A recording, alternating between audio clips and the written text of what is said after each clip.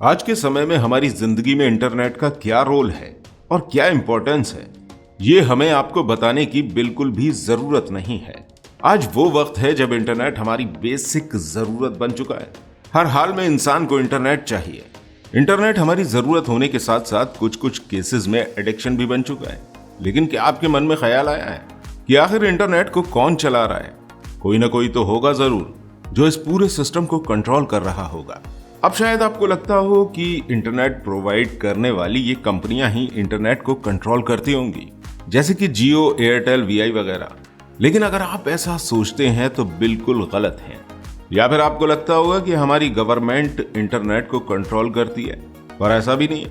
हमारी गवर्नमेंट का कुछ कंट्रोल इंटरनेट के ऊपर है तो, लेकिन पूरी तरह से नहीं है, क्योंकि गवर्नमेंट सिर्फ कुछ वेबसाइट को ब्लॉक कर सकती है या कुछ पोस्ट वगैरह हटा सकती है, लेकिन इंटरनेट को पूरी तरह कंट्रोल नहीं कर सकती।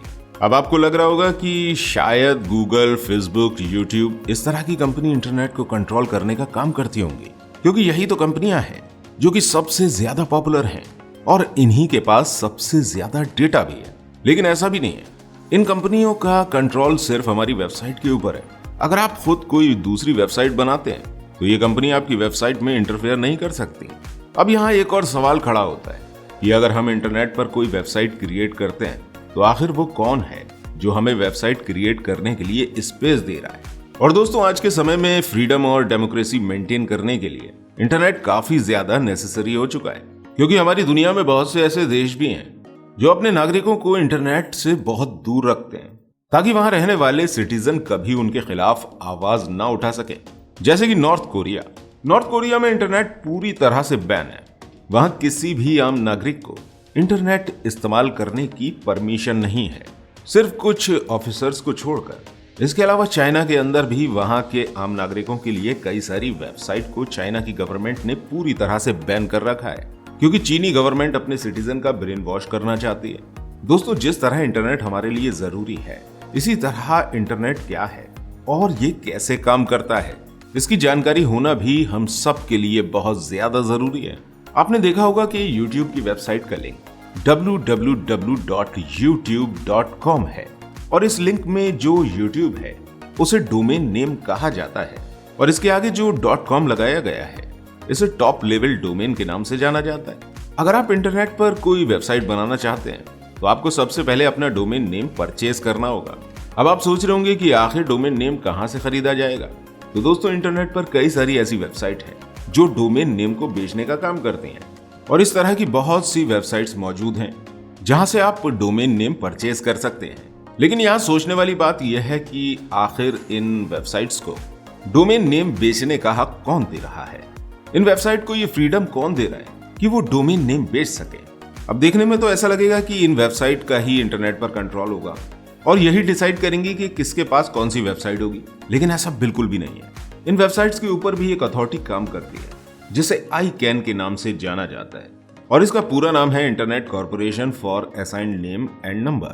दोस्तों, ये एक नॉन प्रॉफिट ऑर्गेनाइजेशन है जो लॉस एंजलिस में बनी हुई है। ये इंटरनेट की एक टॉप लेवल अथॉरिटी है, और इसका काम है डोमेन नेम बेचने वाली वेबसाइट को ये राइट देना कि वो किसी को भी वेबसाइट का नाम बेच सके। इस ऑर्गेनाइजेशन का काम यह है कि ये डिसाइड कर सकती है कि कौन सी वेबसाइट डोमेन नेम बेचेगी। इसके अलावा ये भी डिसाइड कर सकती है कि कौन सा डोमेन नेम किस वेबसाइट का हो सकता है, किसे .com देना है, किसे .in देना है, किसे .info देना है और किसे .org देना है।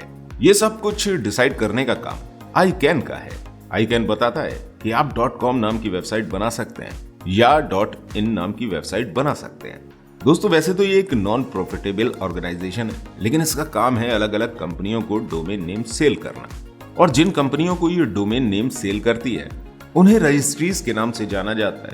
इसके अलावा अगर आप इस वेबसाइट पर जाएंगे तो आपको ये भी दिख जाएगा कि किस कंपनी ने किस किस नाम के डोमेन नेम खरीदे हैं।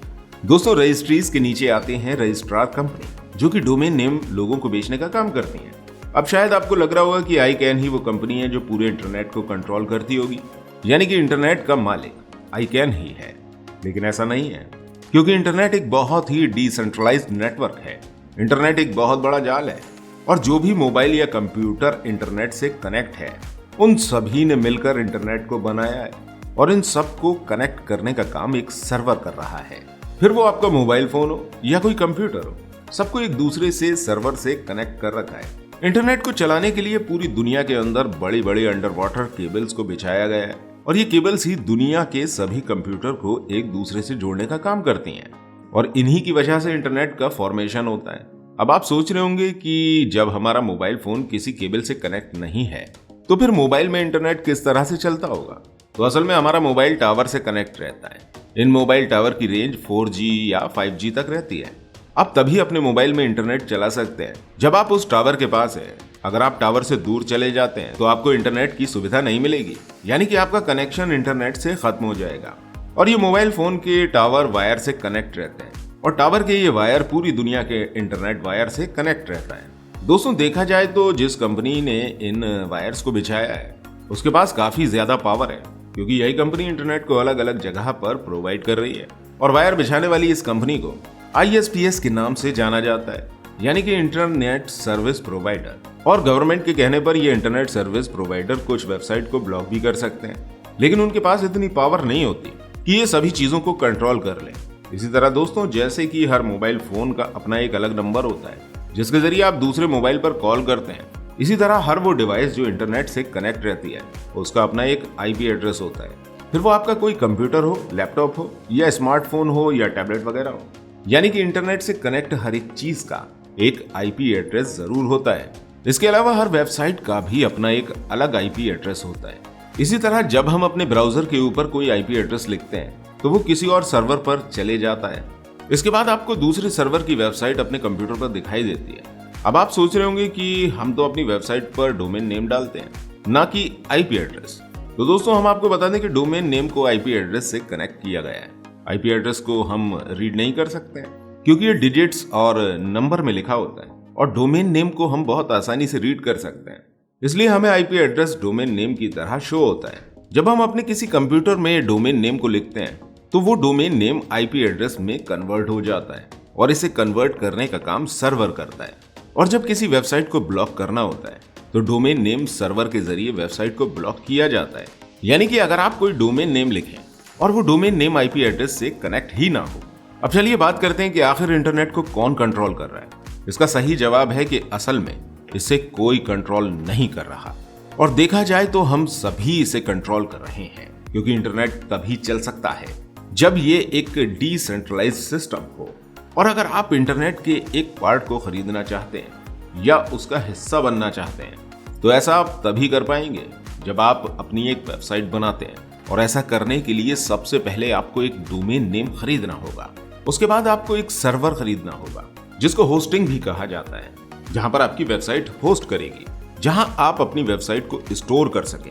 इसके बाद आपको अपना डोमेन नेम सर्वर से लिंक करना होगा और इसको पब्लिश करना होगा।